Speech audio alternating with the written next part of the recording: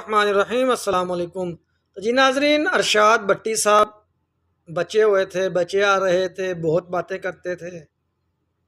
उनका एक famous dialogue आपको सुनाते हैं अरशाद भट्टी साहब का, और आपको बताते हैं कि आखिर अरशाद भट्टी साहब को भी नोटिस आ चुका है। वो क्यों आया ये भी बताते हैं।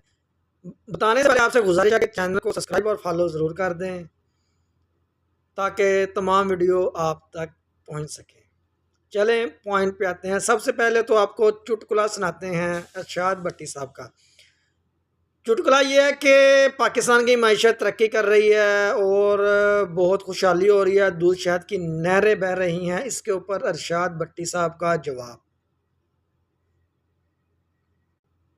तो जी जवाब ये है कि अगर हम च्युइंगम खाएं ना तो मैदा परेशान हो रहा होता है कि यार ऊपर से दांत और मुंह तो मुसलसल अपना काम कर रहा है, लेकिन मेरे तक कोई चीज़ क्यों नहीं पहुंच रही। अरशाद भट्टी साहब का कहना था कि यही हाल हमारी आवाम का है कि ऊपर से हुक्मरान ये कह रहे हैं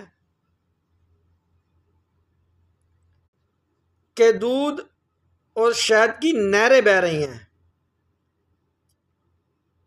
लेकिन नीचे अवाम तक कुछ नहीं पहुंच रहा। बहुत कमाल की मिसाल थी।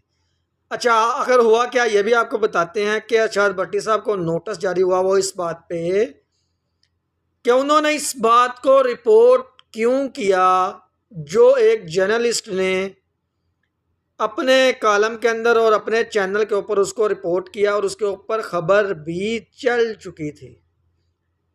वो ख़बर क्या थी मुबैना तौर पे? वो ये थी कि अरशाद भट्टी साहब के बकौल के वज़ारा जो पंजाब के हैं उनके जो हाउसेस हैं उनके ऊपर करोड़ों रुपए लग रहे हैं हमारे टैक्सेस के। लेकिन किसको फिक्र, किसको खबर, क्या भला, क्यों? अवाम तो पूछेगी नहीं, और अवाम तो तब पूछेगी जब उन तक मालूमात पहुंचेंगी। और अगर कोई बंदा मालूमात पहुंचा रहा है तो उसकी जुर्रत कैसे हुई? तो जी अरशाद भट्टी साहब ने खुशी खुशी इस नोटिस को कबूल किया और उन्होंने कहा कि पीछे नहीं हटूंगा, क्योंकि यह खबर मेरी नहीं थी, जिसकी यह खबर थी मैंने उसको कोट किया, उसका बताया। जब वो बंदा अपनी खबर पे स्टैंड कर रहा है तो मैं तो डाकिया था।